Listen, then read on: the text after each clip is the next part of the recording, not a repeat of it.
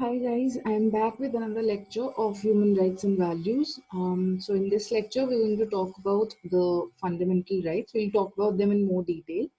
And all right, so before we start, just a brief introduction about myself. So I'm Sandhya Rao, working as an assistant professor at St. Andrews Institute of Technology and Management. So far we have covered the topics like concept of human rights, and we have also talked about the international and Indian perspective relating to the human rights, how human rights have evolved, and what are the human rights movements that have been occurred in Indian history so far. And now we'll talk about the classification of human rights and their relevant constitutional provisions relating to right to life, liberty and dignity, right to equality, and right against exploitation. So let's get started.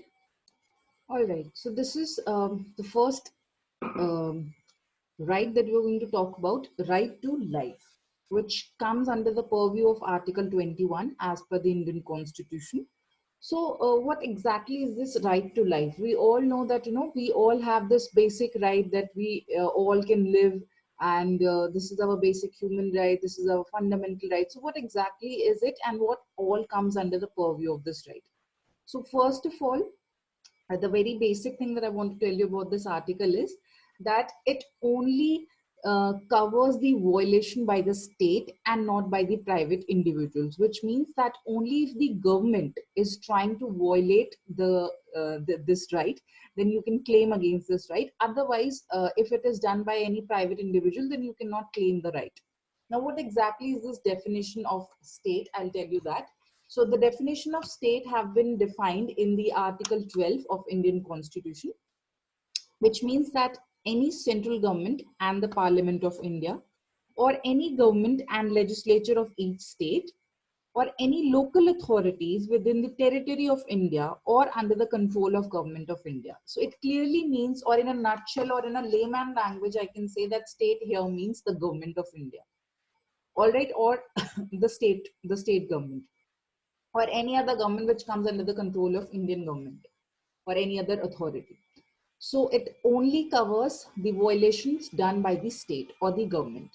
So here, no person shall be deprived of his life or personal liberty except according to the procedure established by law.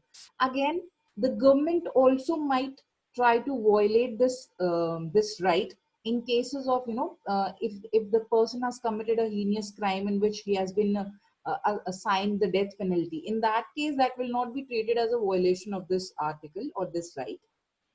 So it has to be checked or judged in the connection with the establishments of law. Only if it is if it violates the law, it will be treated as the violation of the article or the right. So it clearly states two things: right to life and right to personal liberty. So first thing, you need to understand that it only covers the violations which are done by the state or the government. Second, it covers about, like, it only covers two things: right to life and right to personal liberty. And these are very fundamental in nature, and all the other rights are secondary in nature, or they come after this article or after this right. Okay, for example, right to equal opportunity in the employment sector, or let's say right to equality in the society. Now all these things are secondary, and all these things comes after the right to life. If you are alive, if you are living, if you are existing on this earth, only then you can avail the other rights. So this is a very fundamental right, or very basic right, and all the other rights come secondary to it. Second thing is, it applies to all the citizens, foreigners and aliens. It means that, जो भी लोग हैं, जो भी citizens हैं, उन सब पे this right is applicable. It is applicable on all the foreigners as well as the aliens. Now see, it includes all the aspects of life which go to make a man's life meaningful, complete, and worth living. Which means it covers the health, the dignity, the stress-free life, the pollution-free life, and all these things. Okay, so it means that, sirf mere existence, mere animal existence is not about this, right? The meaning of life is very wide. it's not very exhaustive. वो उसको आप काफी explain कर सकते हो, उसको काफी elaborate कर सकते हो. Okay, so it clearly does not mean the mere animal existence. The right also prohibits the mutilation of the body. अगर आपको लग रहा है कि ठीक है सिर्फ आप जिंदा हैं, बट यू नो आपके हाथ कट गए हैं, पैर कट गए हैं, या आपकी आंखें जो है वो खराब हो गई, then that again is a violation of this right. And so it basically means that you should be living in a dignified manner, and आपकी health proper होनी चाहिए, your body parts, your organs should also be working, कोई भी उसका mutilation नहीं होना चाहिए किसी भी type से. And the kind of life that you're living should be meaningful, it should be complete, and it should be worth living. So all these things also comes under the purview of right to life. All right, so moving on to the next article, that's right to equality.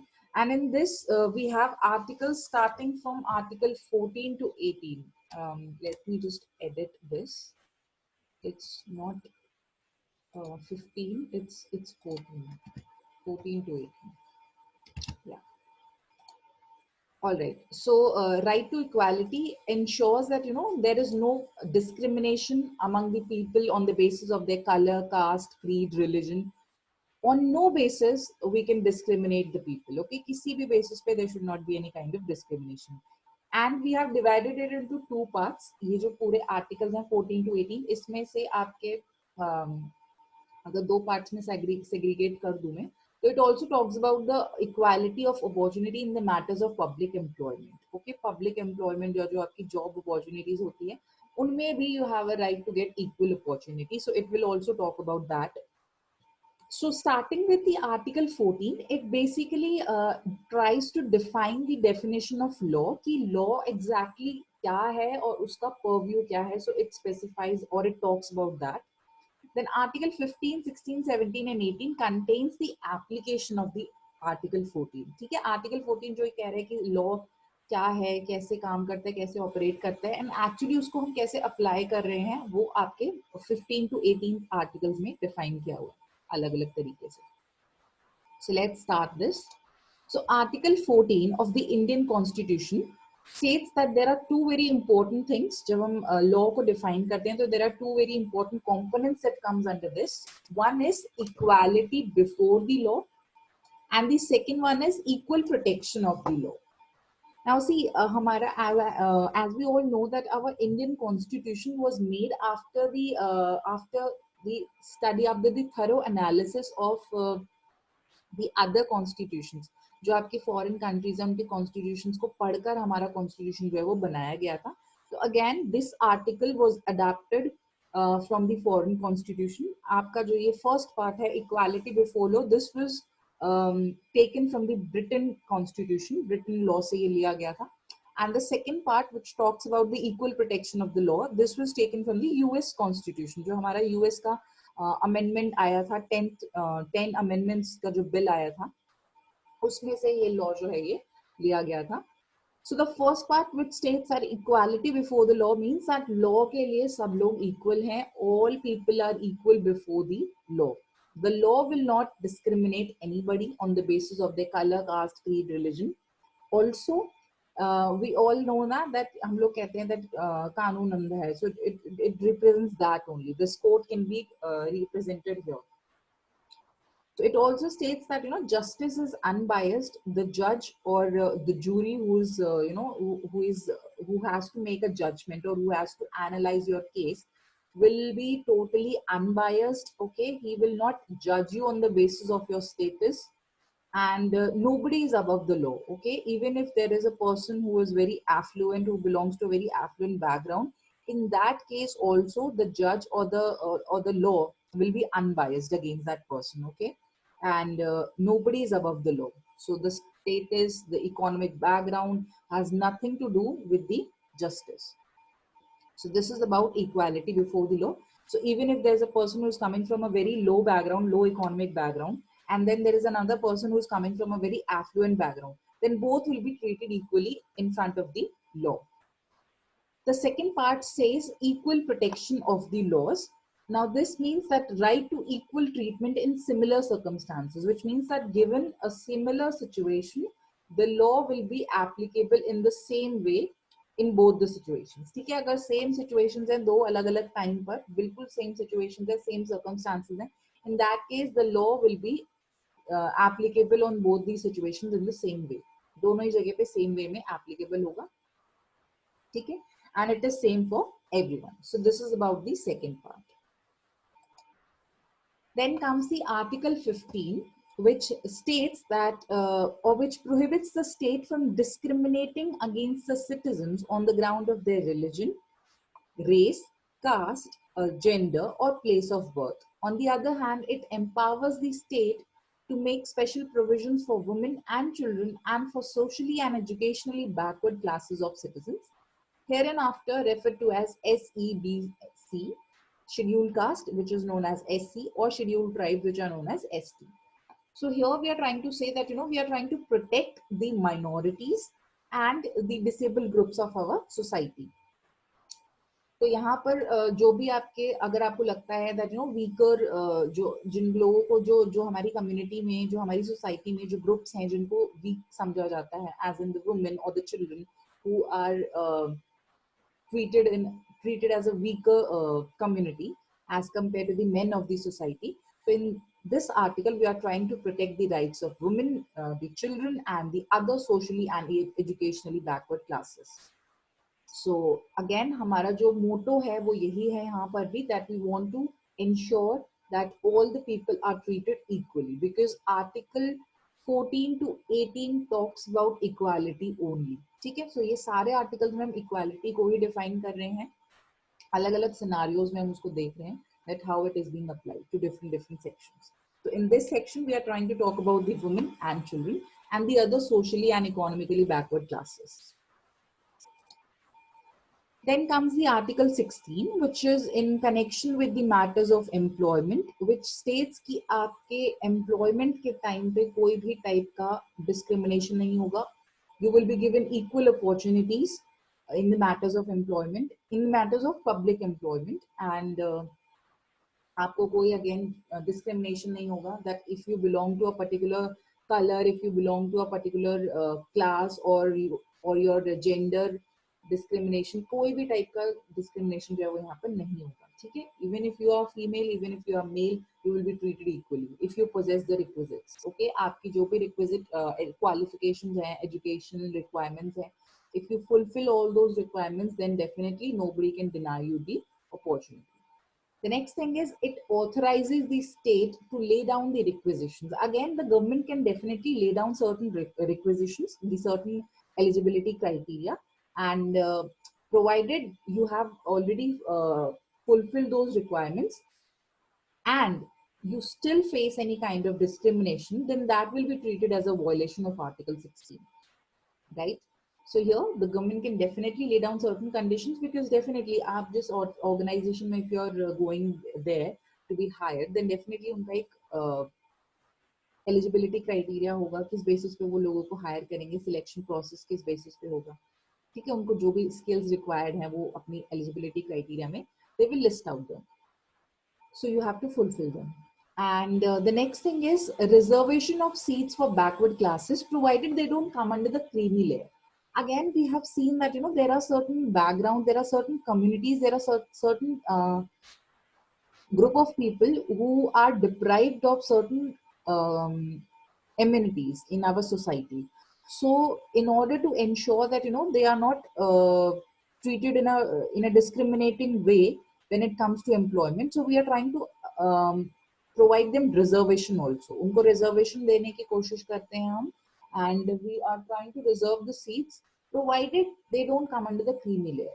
जो भी आपके, अगर आपको लगता है कि कोई socially या economically backward class है या community है, then definitely they will be given the reservation, so that उनका जो वो loss हुआ है, जो उनको amenities या जो उनको opportunities पहले के टाइम पे, चाहे वो एजुकेशनल क्वालिफिकेशन के टाइम पर उनको वो चीजें ना मिल पाई हो, या जिस भी रीजन से जो वो डिफरेंस आया है, जिसकी वजह से they are not at par with the other people और the other economically affluent community.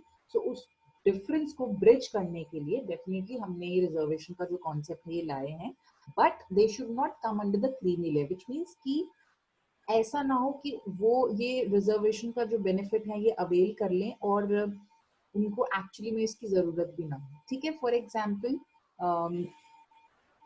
exceptions are always there, so it's very much possible that there comes a particular economic there comes a particular caste जहाँ पे आप ये कह रहे हैं कि ठीक है that caste is a backward caste या community backward है, but still वो exceptional case है and they are very affluent and उनके पास सारे resources हैं, they have all the resources to access the best educational qualification, academic qualification, and still अगर वो इस तरह की कोई भी रिजर्वेशन को लेते हैं देन वो इस आर्टिकल के पर्व्यू से बाहर है.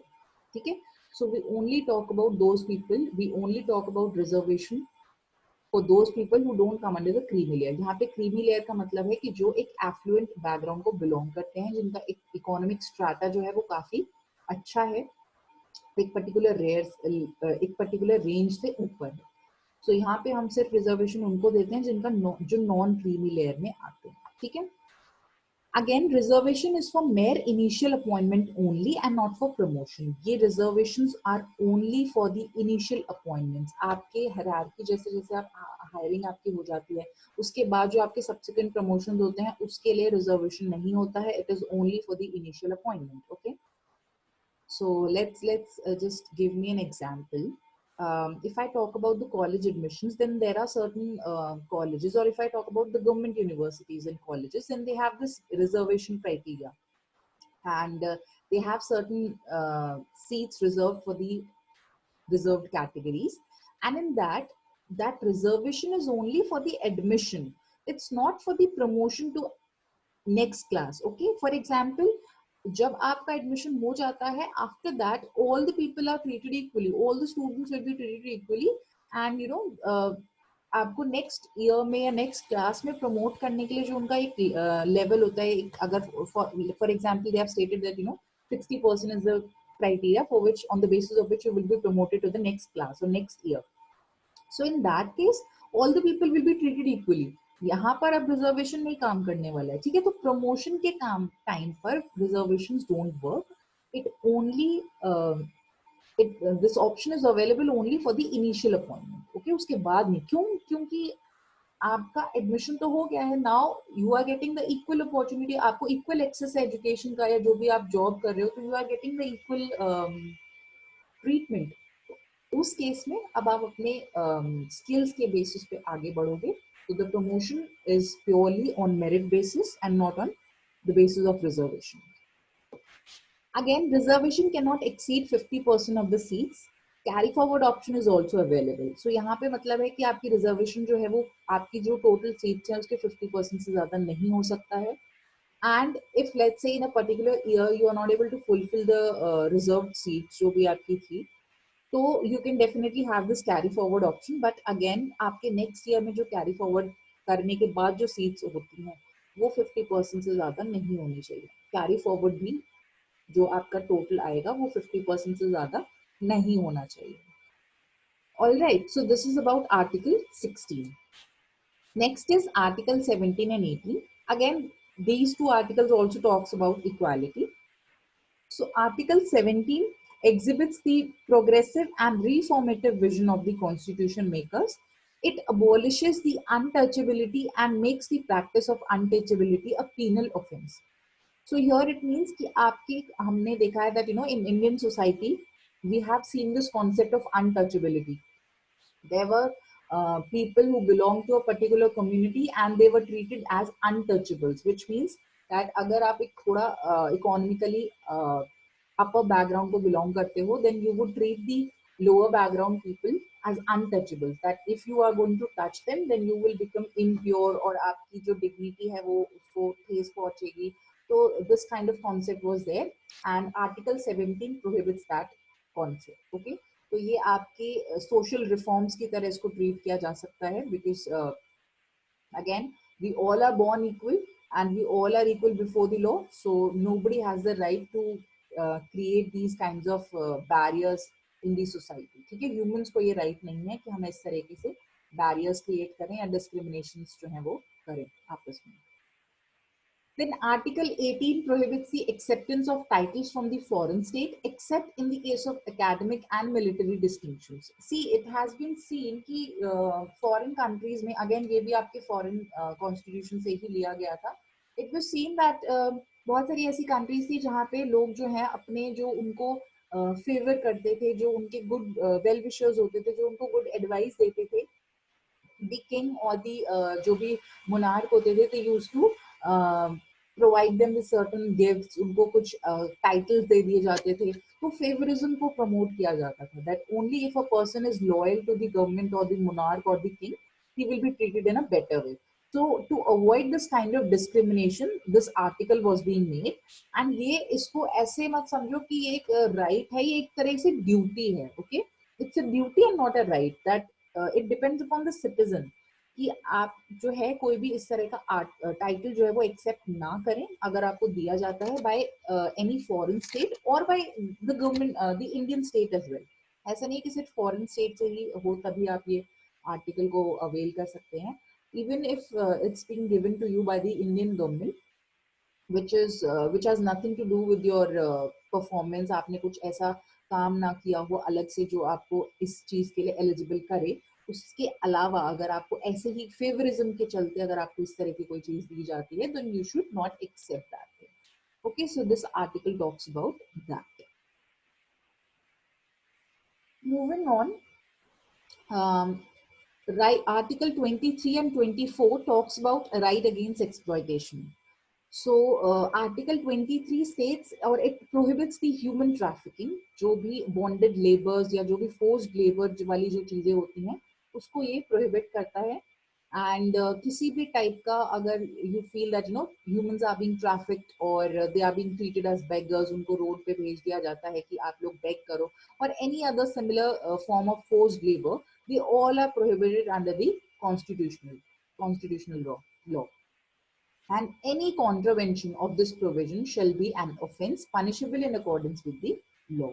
Definitely अगर आप ऐसा करते हुए पाए जाते हैं, then you will be punished according to the law.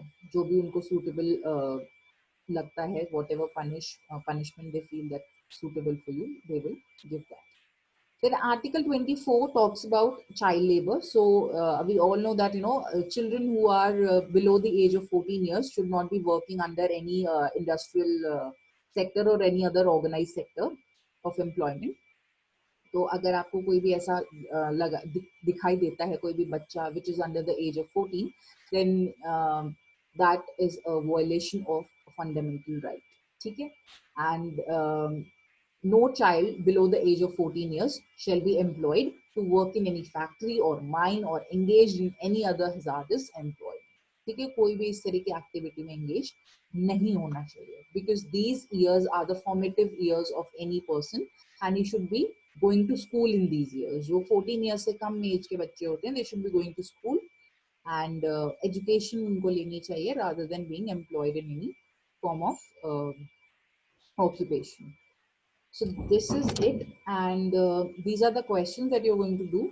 So you have to explain the right to equality and explain the right to life. Okay, so these are the two questions that you're going to do, and I hope you have understood what we have done today. So we talked about right to life, right to equality, and right against exploitation. Okay, so these were the three things that we discussed. All right, guys. In the next lecture, we'll be talking about the other social, economic, political, and cultural rights. So this is it for today's lecture. Thank you. Hope you have enjoyed the lecture.